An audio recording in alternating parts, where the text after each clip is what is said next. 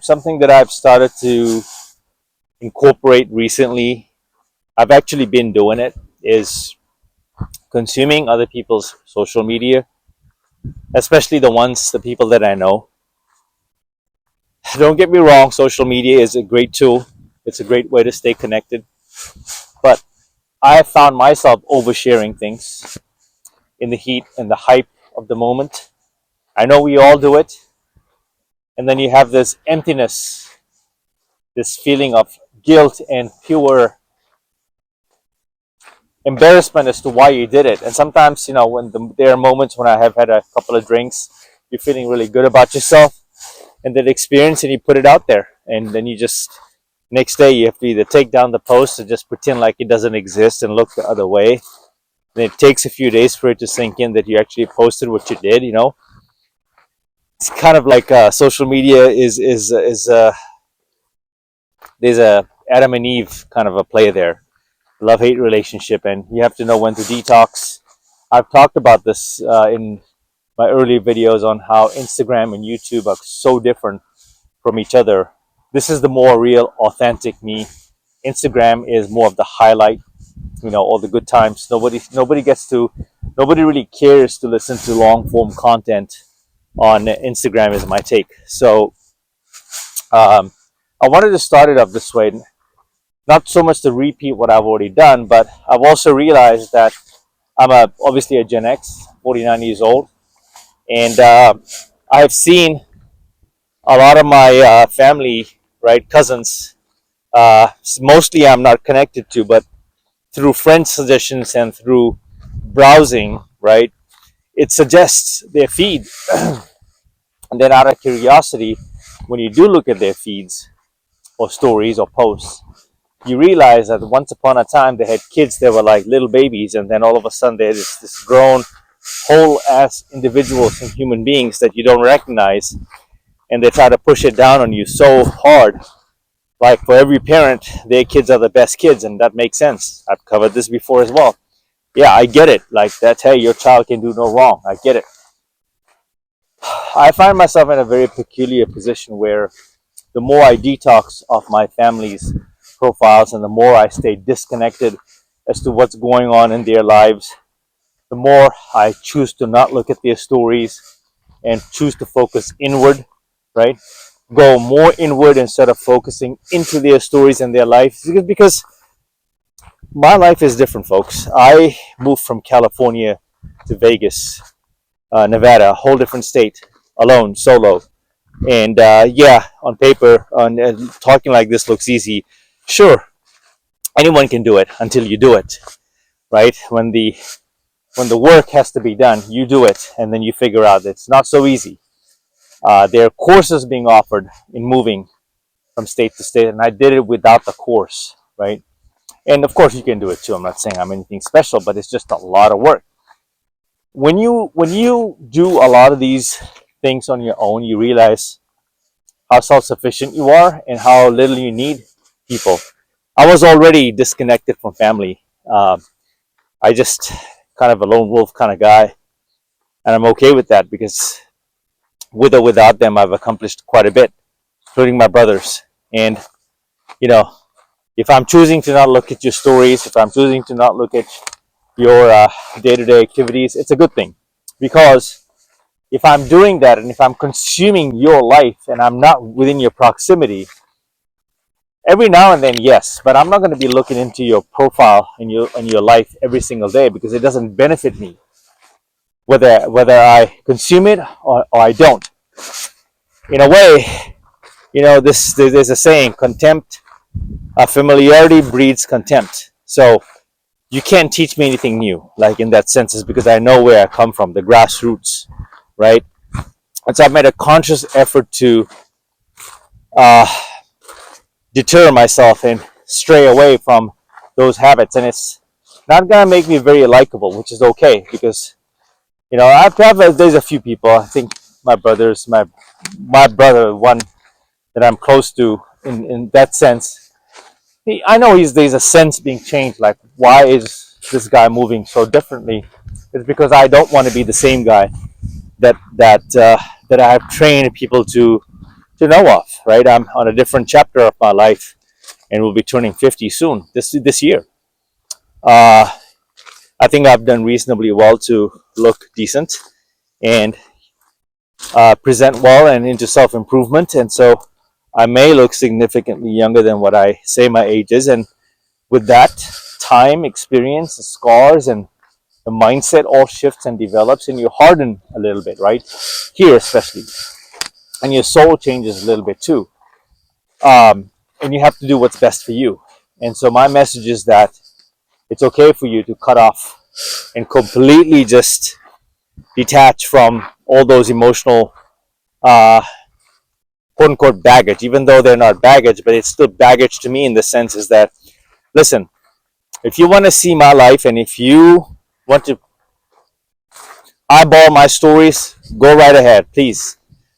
But just because you looked at my story doesn't mean I'm going to return the favor and look at your story.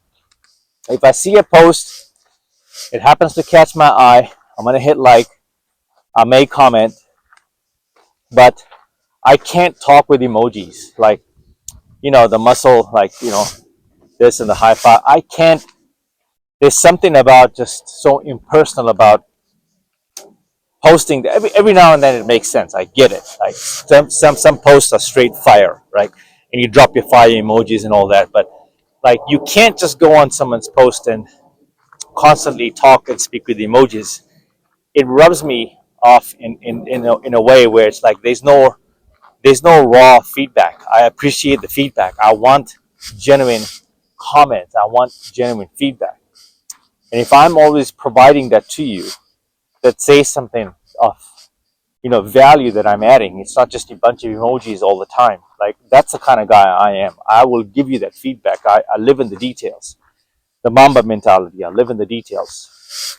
And so if I'm not getting that from you, furthermore is when we're having a conversation, if I'm the one who's always critically thinking, strategically thinking, and bringing up talking points, not just how are you, how's the weather. Oh, I just wanted to call and check in on how you. No, I'm good, man. I'm good, bro. I'm okay with never being checked on because, again, a topic I've covered earlier is that whether you check on me or no, whether you send me a note or no, I'm so hardened by life, by experiences that I know how to keep the engine going. This, what I'm doing, is keeping the engine going right here. I'm walking. I'm going to drink a lot of water. I'm fasted right now. I am doing what I need to do to get my engine going. By living in your stories and you're getting disappointed because I'm no longer checking out your stories and day to day, and you're disappointed, that says more about you than me. Because I think the greatest joy and power and strength comes from letting go of expectations. When you let go of expectations, all of a sudden you just feel a lot lighter. It's because you are not living for anyone else's validation, but your very own. And so it's okay to feed off people's stories, including family. I think that's you're not going to find a lot of people that think this way, but for me it's very important to think this way and operate this way is because they're not really adding value to my life. They're not. And in order for me to propel forward, I need to detox of a lot of people's social media and just focus inward. Focus on creating my content. Less scrolling, more production. Less curiosity on what's going on, his, her life, more storylines and scripts in my work, in what I'm doing here. This recording is keeping me away from social media in that sense. I also have a faceless channel.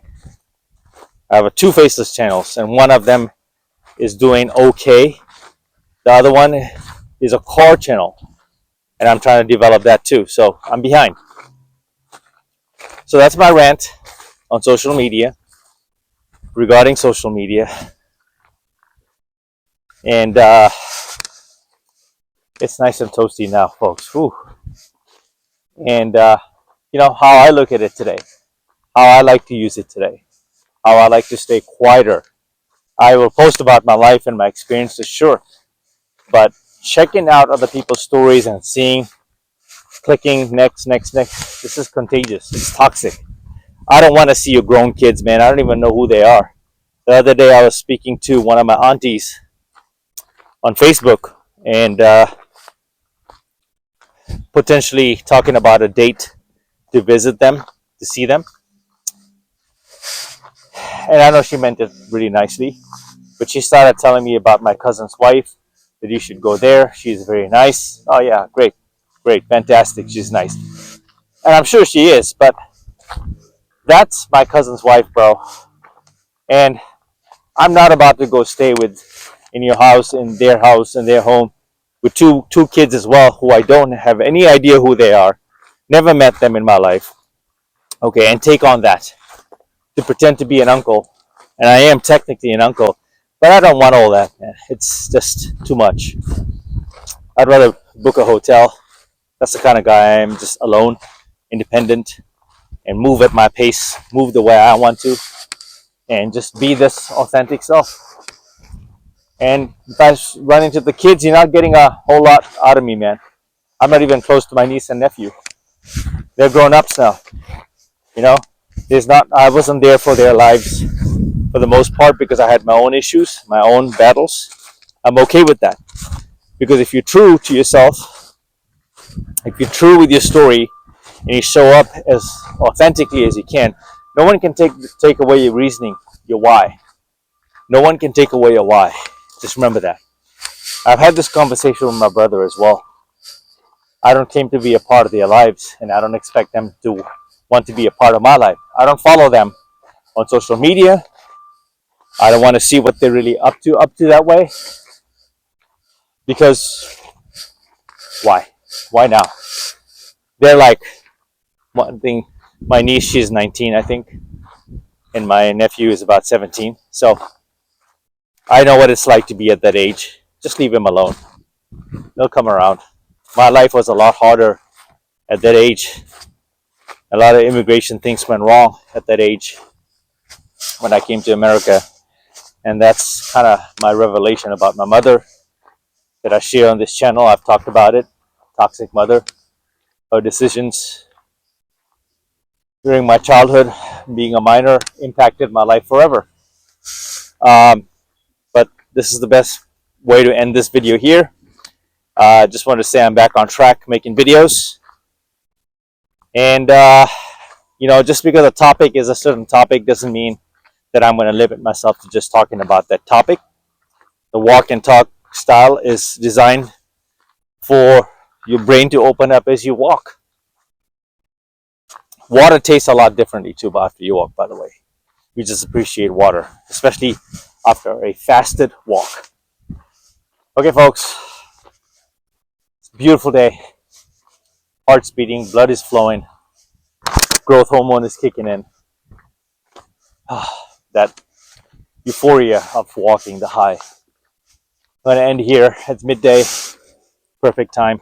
Spot on, midday. I'm going to head back and figure out what's next. Till the next video, Mamba out.